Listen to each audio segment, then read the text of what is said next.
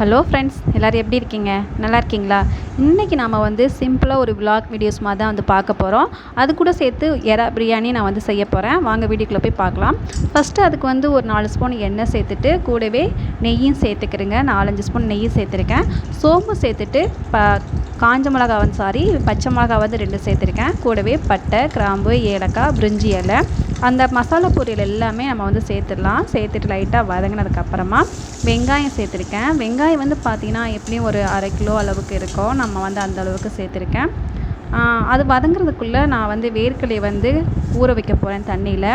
ஏன்னு பார்த்தீங்கன்னா வேர்க்கடலை நேற்றே வாங்கிட்டு வந்துட்டாங்க. அது ஃபுல்லாக பாருங்கள் அவ்வளோ ஒரு மண்ணாக இருக்குது. அப்போயே அவிச்சு தரல சொல்லிட்டு கொஞ்சம் சண்டை போட்டாங்க. சரி, அதனால் அடுத்த நாள் அவிக்கலாம் சொல்லிட்டு நான் வச்சுருந்தேன். அவிக்கலாம்னு சொல்லிட்டு பார்த்தோம்னா ஃபுல்லாக மண்ணாகவே இருந்துச்சு. சரி, நம்ம மதிய டைமிலே நல்லா தண்ணி ஊற்றி ஊற வச்சிடணும். எப்படி பார்த்தாலும் இதை ஒரு 2 மணி நேரமாவது ஊற வைக்கணும்.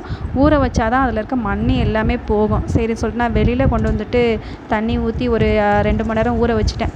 ஊற வச்சுட்டு போய் சாப்பிட்டு அப்புறம் ஈவினிங்காக அவிக்கலாம் சொல்லிட்டு நான் பார்த்தேன். இது நல்லா அலசி எடுக்கணும். நல்லா ஊறட்டும், வச்சிடலாம். அதுக்குள்ளே வெங்காயம் பார்த்திங்கன்னா நல்லாவே வதங்கி வந்துருச்சு. அது கூட சேர்த்து ஒரு 4-5 ஸ்பூன் இஞ்சி பூண்டு பேஸ்ட்டு நான் சேர்த்துட்டேன். இது எல்லாமே நான் ஏற்கனவே அரைச்சி வச்சுருப்பேன். இஞ்சி பூண்டு பேஸ்ட் எல்லாமே. தக்காளி பார்த்திங்கன்னா அதுவும் ஒரு 5-6 தக்காளி, நல்ல பெரிய தக்காளி, அதையும் நான் சேர்த்து வதக்கிட்டேன். இது கொஞ்சம் நேரம் வதங்கட்டும். மதிய டைமில் பார்த்திங்கன்னா ஒரு 12 மணி போல் சாப்பிட்றதுக்கு முன்னாடி குடிக்கலாம் சொல்லிட்டு கிட்னி பழம் வாங்கிட்டு வந்திருந்தாங்க. அந்த ஜூஸ் ரெடி பண்ணி வச்சுருந்தேன். அவங்க வாங்கிட்டு ஒரு நாள் ஆயிடுச்சு. நான் வெளியிலே வச்சதுனால அப்படியே இதாகிடுச்சு. அதெல்லாம் பாதி பழம் தான் நான் எடுத்து வச்சுருக்கேன். அதை நான் இந்த மாதிரி எடுத்து வச்சுட்டு தனியாக வச்சுட்டேன். இது தக்காளி பாருங்கள் நல்லாவே வதங்கிருச்சு. கூடவே நான் கொத்தமல்லி, கருவேப்பிலை, புதினாவும் மல்லியும் நான் சின்ன சின்னதாக கட் பண்ணி சேர்த்துருக்கேன். கூடவே தயிர் ஒரு 3 ஸ்பூன் சேர்த்துருக்கேன். புதினாவை இந்த மாதிரி கட் பண்ணி சேர்த்தா மட்டும்தான் பசங்க எடுத்து போடாமல் சாப்பிடுவாங்க. இப்போ மசாலா பார்த்திங்கன்னா எதுவுமே பிரியாணி மசாலாலாம் சேர்க்கலை. சிம்பிளாக வீட்டில் இருக்க மிளகாத்தூள், மல்லித்தூள் தான் சேர்த்துருக்கேன். மிளகாத்தூள் 2 ஸ்பூனு, கரம் மசாலா 1 ஸ்பூனு, மல்லித்தூள் 1 ஸ்பூன் சேர்த்து வதக்கிட்டேன். நல்லா பச்சை ஸ்மெல் போனதுக்கப்புறமா எறா 1 கிலோ வாங்கியிருந்தேன். அந்த எறாவை தோல் உரிச்சாவே நமக்கு 1/2 கிலோ தான் வரும். அந்த எறா ஃபுல்லாக அப்படியே சேர்த்துட்டேன். அதுக்கப்புறம் தேவையான உப்பும் நான் சேர்த்துட்டு வதக்கி எடுத்துட்டேன். இப்போ தண்ணி பார்த்திங்கன்னா நான் 6 உலக்கு அரிசி எடுத்திருக்கேன். ஒரு உலக்குக்கு அரிசிக்கு 2 உலக்கு தண்ணி அப்படிங்கிற மாதிரி நான் அளந்து எடுத்துட்டேன். இப்போ இதை நம்ம மூடி போட்டு கொதிக்க வச்சிடலாம் கொஞ்சம் நேரத்துக்கு.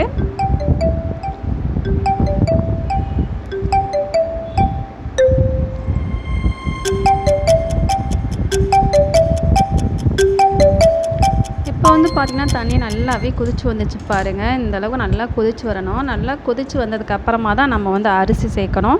அரிசி நான் ஏற்கனவே ஒரு 1/2 அன் ஹவருக்கு முன்னாடியே நான் ஊற வச்சுட்டேன். ஊற வச்சுட்டு 2 அலசு நல்லா அலசி எடுத்துட்டேன். உடையாத அளவுக்கு பார்த்துக்கிறேங்க. நம்ம கிளறும் போதும் உடையக்கூடாது, அரிசி ஊற வச்சு அலசும் போது உடையக்கூடாது. இப்போ அதையும் நம்ம சேர்த்துட்டு நல்லா தண்ணியை கொதிக்க வச்சுருங்க. அரிசி சேர்த்த பிறகும் நல்லா கொதிக்கணும். கொதித்ததுக்கப்புறமா நம்ம மூடி போட்டு குக்கர் விசில் போட்டுடலாம். நான் எப்போவுமே விசில் பார்த்திங்கன்னா உடனே போட மாட்டேன். ஒரு 5 நிமிஷத்துக்கு அப்படியே ஃபுல் ஸ்பீடில் வச்சுட்டு 5 நிமிஷத்துக்கு அப்படியே விட்டுருவேன் விசில் போடாமல். அதுக்கப்புறமா ஒரு 5 நிமிஷம் கழித்து ஸ்லோ பண்ணிவிட்டு விசில் போட்டு ஒரு 10 நிமிஷத்துக்கு அப்படியே ஸ்லோலே வச்சுருவேன். இந்த மாதிரி பண்ணாவே எனக்கு கரெக்டாக இருக்கும். இப்போ இருக்கட்டும், நம்ம அதுக்குள்ளே போயிட்டு ஜூஸ் குடிச்சிட்டு வந்துடலாம். வேலை செஞ்சு ரொம்ப டயர்டாகிடுச்சு, அதனால் ஜூஸ் குடிச்சிடலாம். நான் பசங்கள்லாம் சொல்லிட்டு வேணான்னு சொல்லிட்டாங்க. அதோட நானும் அவங்க அப்பா மட்டும்தான் குடிக்க ஆரம்பித்தோம். ஜூஸ் பாதி போனதுனால கிட்னி பல்லில் கொஞ்சம் பாதியாக நமக்கு கிடச்சிச்சு.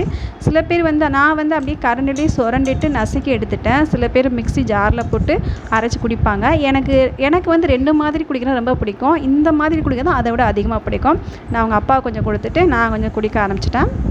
அப்புறம் எண்ணெய் காலி ஆயிடுச்சு. எண்ணெய் பார்த்திங்கன்னா கோல்டு வினர் வாங்கிட்டு வந்திருந்தாங்க. எண்ணெயோட ரேட்டும் இப்போ பார்த்திங்கன்னா அதிகமாகிடுச்சு. இந்த எண்ணெய் பார்த்திங்கன்னா வெளிக்கடையில் 200 ரூபாய்க்கு விற்கிறாங்க. ஹோல்சேல் கடையில் போயிட்டு வாங்கிட்டு வந்தாங்க 2 பாக்கெட்டு 155 ரூபா போட்டிருந்தாங்க. இந்த உக்ரைன் பிரச்சனைனால நமக்கு எண்ணெயோட விலையும் அதிகமாகவே ஆயிடுச்சு. இப்போ நான் கீழே ஊற்றக்கூடாது அப்படின்னு சொல்லிட்டு கொட்டிடக்கூடாதுல்ல, அதனால் பாதியை கட் பண்ணி ஊற்றிட்டு பாதியை அந்த தூக்குச்சட்டிலே நான் வந்து வச்சுட்டேன். இப்போ நான் இதை வந்து நல்லா மூடி போட்டு நான் வைக்கிற இடத்துல வச்சுருவேன். ஏன்னா நமக்கு வந்து கீழே சிந்துனா கூட அந்த தூக்குச்சட்டிக்குள்ளேயே கொட்டிடும். அது மாதிரி கழுவுறதுக்கு நமக்கு வந்து ஈஸியாக இருக்கும். அதனால் நான் சில்வர் கிண்ணத்துலேயே ஊற்றி வச்சுட்டேன். எண்ணெயை வந்து அதோட இடத்துல வச்சுட்டேன். நான் வந்து கவுண்டர் டாப்லலாம் வந்து பார்த்திங்கன்னா எண்ணெய் மட்டும்தான் வச்சுருப்பேன், வேறு எதுவுமே வச்சுருக்க மாட்டேன். இப்போ பிரியாணியுமே வந்து பார்த்திங்கன்னா நல்லாவே விசில்லாம் அடங்கிருச்சு. இப்போ ஓப்பன் பண்ணி பார்த்தா செம்ம சூப்பராக வந்திருக்கு. சாப்பிட்றதுக்கு அவ்வளோ ஒரு டேஸ்ட்டாக இருந்துச்சு. கண்டிப்பாக நீங்களும் வீட்டில் வந்து செஞ்சு பாருங்கள் இந்த மாதிரி பிரியாணியே. சிக்கனில் செய்கிறத விட நம்ம வந்து இறால வந்து பிரியாணி செஞ்சோம்னா அதோடய டேஸ்ட்டு வந்து இன்னுமே அதிகமாக இருக்கும். இறாவோட டேஸ்ட்டு வந்து எனக்கு ரொம்ப பிடிக்கும். அதனால் நான் வந்து இறா பிரியாணி செய்யணும்னு சொல்லி நினச்சி நான் வந்து செஞ்சுருக்கேன். நீங்களும் ட்ரை பண்ணி பாருங்கள். ட்ரை பண்ணி பார்த்துட்டு எப்படி சொல்லிட்டு நம்ம கமெண்டில் வந்து சொல்லுங்கள். நம்ம வீடியோஸ்லாம் பிடிச்சிச்சின்னா ஒரு லைக் ஒன்று கொடுத்துருங்க. அப்புறம் ஈவினிங் டைமில் வந்து பார்த்திங்கன்னா சரி சாப்பிட்லாம் சாப்பிட்டுட்டு தூங்கி எழுந்திரிச்சி அந்த வேர்க்கலையை நல்லா அலசி எடுத்துகிட்டு வந்துட்டேன். தண்ணிலாம் போக நல்லா அலசிட்டு குக்கரில் வந்து மாற்றிட்டேன். குக்கரில் வந்து வைக்கும்போது நான் வந்து 2 விசில் தான் வைப்பேன்.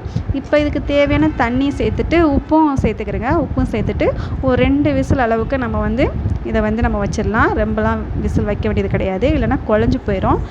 2 விசில் ஓரளவுக்கு வர ஆரம்பிச்சிச்சு. அப்புறம் பால் வந்து பார்த்திங்கன்னா பசங்களுக்காக பால் வந்து ரெடி பண்ணுறேன். பால் வந்து காய்ச்சிடலாம். காய்ச்சினதுக்கப்புறம் 2யுமே நம்ம வந்து ஓரளவுக்கு சாப்பிட்றலாம். வீட்டு வாசலுக்கு முன்னாடி வந்து பார்த்திங்கன்னா இந்த மாதிரி கிண்ணத்தில் வந்து நான் வந்து தண்ணி ஊற்றி பூ போட்டு வச்சுருப்பாங்க. இது வந்து எங்கள் அத்தை செஞ்சது. அதுக்கப்புறமா அதே மாதிரி நான் வந்து செஞ்சிட்ருக்கேன்.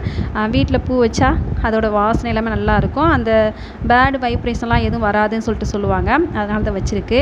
பால் வந்து நல்லா கொதிச்சிருச்சு. பசங்களுக்கு வந்து நான் வந்து டீ போடலை. டீ வந்து பார்த்திங்கன்னா எங்கள் அத்தை மாமா இருந்தால் தான் அதிகமாக போடுவோம். பசங்க வந்து காப்பி தான் காப்பி குடிக்க மாட்டாங்க. இது மாதிரி பூஸ்ட்டு ஹார்லிக்ஸ் இந்த மாதிரி தான் குடிப்பாங்க. சரி அதோட அது மட்டும் 5 ரூபாய்க்கு போய் வாங்கிட்டு வந்தேன். வீட்டில் எதுவும் இல்லைன்னு சொல்லிட்டு அதை வந்து ஆற்றி பசங்களுக்கு கொடுத்துடலாம். பாப்பா வந்து தூங்கிட்டுருக்கா. தம்பி வந்து கொஞ்சம் படிச்சிட்ருக்கான். நம்ம ரெடி பண்ணி கொடுத்துட்டோம்னா அவங்க வந்து குடிக்க ஆரம்பிச்சிருவாங்க. ஆற்றி வச்சிடலாம். கொஞ்சம் ஆறுனதுக்கப்புறம் நம்ம கொடுத்துடலாம். அதுக்குள்ளே நம்ம போய்ட்டு வாசலில் வந்து கோலம் போட்டு வந்துடலாம். வாசலில் வந்து பார்த்திங்கன்னா நாங்கள் வந்து காலையிலையும் சரி சாயங்காலமும் சரி கோலம் போடுவோம். எனக்கு ரொம்ப அதிகமாகலாம் கோலம் போட தெரியாது. சிம்பிளாக ஏதோ போட்டு வச்சுருக்கேன். எனக்கு வந்து பார்த்திங்கன்னா காஃபி வந்து ரெடி பண்ணிட்டேன். நான் ஒரு ஆள் தான் குடிக்க போகிறேன் அப்படிங்கிறனால நான் வந்து காஃபி தான் அதிகமாக குடிப்பேன். எங்கள் அத்தை மாமா இருந்தால் மட்டும்தான் டீ போட்டு குடிப்பேன். இப்போ ஈவினிங் டைம் வந்து பார்த்திங்கன்னா காஃபியோடு சேர்த்து நமக்கு வேர்க்கலையும் ரெடி ஆயிடுச்சு. டீயோட உடனே சேர்த்து வேர்க்கடலை சாப்பிடக்கூடாது. டீ குடித்து ஒரு 1/2 hour கழித்து தான் நான் வந்து வேர்க்கடலை சாப்பிடுவேன். அப்படியே டிவி போய் பார்த்துட்டு அப்படியே பொறுமையாக நம்ம வந்து டீயையும் குடிச்சிடலாம். அவங்க அப்பா வந்து கொஞ்சம் வெளில போயிருக்காங்க. அவங்க இருந்தால் அவங்களும் கொஞ்சம் குடிப்பாங்க. அவங்க இல்லாதனால நான் மட்டும்தான் போய் குடிக்க போகிறேன். பசங்கள்லாம் வந்து தூங்கிட்டுருக்காங்க. டைம் வந்து பார்த்திங்கன்னா 6 o'clock இருக்கும். ஆனால் பாப்பா லேட்டாக தான் எழுந்திரிப்பா. சரி ஓகே ஃப்ரெண்ட்ஸ், இந்த வீடியோஸ் வந்து உங்களுக்கு பிடிச்சிருக்குன்னு நினைக்கிறேன். பிடிச்சா நம்ம சேனலையும் சப்ஸ்கிரைப் பண்ணுங்கள். அது கூட சேர்த்து ஒரு லைக் ஒன்று கமெண்ட் ஒன்று போட்டுருங்க. தேங்க்யூ ஃபார் வாட்சிங்.